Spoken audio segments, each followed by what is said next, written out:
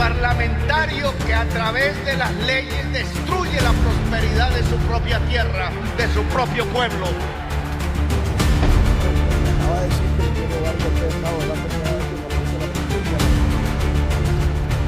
Después de ser calificados como la sexta economía mejor dirigida de la OCDE, la mayoría de la clase política tradicional de Colombia en las comisiones económicas decidieron darle un golpe profundo a la economía nacional y al pueblo. Casi los mismos que aprobaron ponerle el impuesto a la sopa de Carrasquillo, decidieron no bajarles los impuestos a todas las empresas de Colombia y a la clase media, para proteger los grandes pulpos, unas multinacionales de combustibles fósiles y a los empresarios oscuros de los juegos de suerte y azar en línea. Decidieron tratar de desfinanciar el gobierno, buscando volver al poder en el 2026, otra vez con su impuesto a la sopa y a la comida en general y con los bonos del agua con los que dejaron morir miles de niños de desnutrición.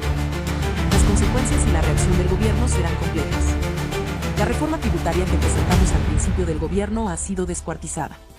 Le quitaron precisamente la progresividad que ordena la Constitución al quitar 6 billones anuales en impuestos que debían pagar petroleras y carboneras y estimularon así la economía fósil que representa el mayor peligro a la existencia en todo el planeta por la crisis climática drástica que provoca y que se expande como el gran cáncer del mundo.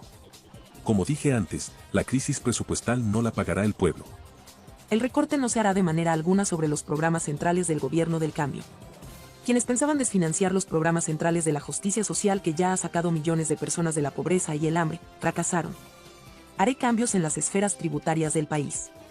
La lucha contra la elusión tributaria, comenzando por los juegos de suerte y azar en línea y el contrabando deben ser la prioridad central. El financiamiento de la deuda debe diversificarse a profundidad en todo el mundo, el recorte presupuestal hacia las regiones debe ser contrario a ampliar las brechas territoriales. La ausencia de una reforma laboral aprobada por el Congreso debe ser compensada por el salario mínimo. La política de crédito a la producción en el sector público debe priorizar sustancialmente el crédito asociativo a la economía popular, como vector de la reactivación económica. Hay que comenzar la negociación de la transición de las grandes concesiones carboneras hacia su salida y su propia reconversión. El turismo internacional se ha convertido en un gran generador económico de la transición hacia la descarbonización. Hay que duplicar el impulso. Hay que expedir de emergencia la solución a miles de proyectos de energías limpias represados. El cambio de la fórmula debe hacerse en función de bajar sustancialmente las tarifas y sin trampas. Bajar a sus costos reales, las tarifas de energía eléctrica, es un gran reactivador económico. La organización popular debe pasar a ser la gran contratista del Estado bajo la forma del principio constitucional de la democracia participativa.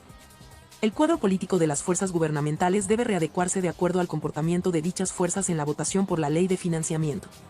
Trinó el presidente Gustavo Petro.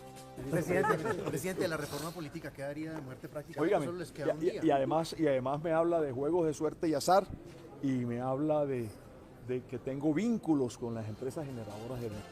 A continuación, en otro trino continuó. Es inexcusable la actitud de las mayorías de las comisiones económicas contra la nación y su pueblo. Es una verdadera traición a los principios fundamentales de nuestro país. Durante 20 años que estuve en el Congreso, siempre vi a las mayorías votar por toda reforma tributaria que les presentaran los gobiernos de la oligarquía, todas con el mismo hilo conductor: poner IVA a la comida de la gente y generar exenciones tributarias a los dueños del poder económico.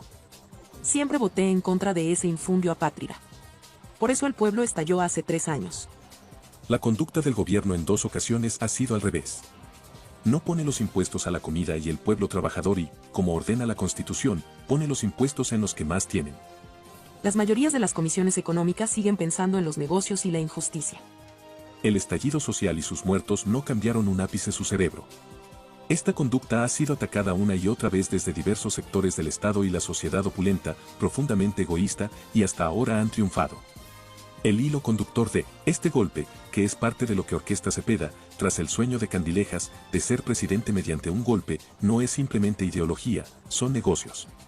Es el hilo conductor del jefe de los grandes negocios en el Estado, Vargas Lleras, que queda con el control de los juegos de suerte y azar en línea, y lleva a Cepeda. La ley de financiamiento la tumban en contra del pueblo, para proteger grandes ilusiones de impuestos de los juegos de suerte y azar, cuyos dineros recaudados deberían financiar la salud del pueblo. De paso, Cepeda consolida su posición de ser el gran amigo de las generadoras eléctricas que evita a toda costa la reducción de las tarifas de energía en su propia región y contra su propio pueblo. Maldito el parlamentario que a través de las leyes destruye la prosperidad de su propia tierra, de su propio pueblo.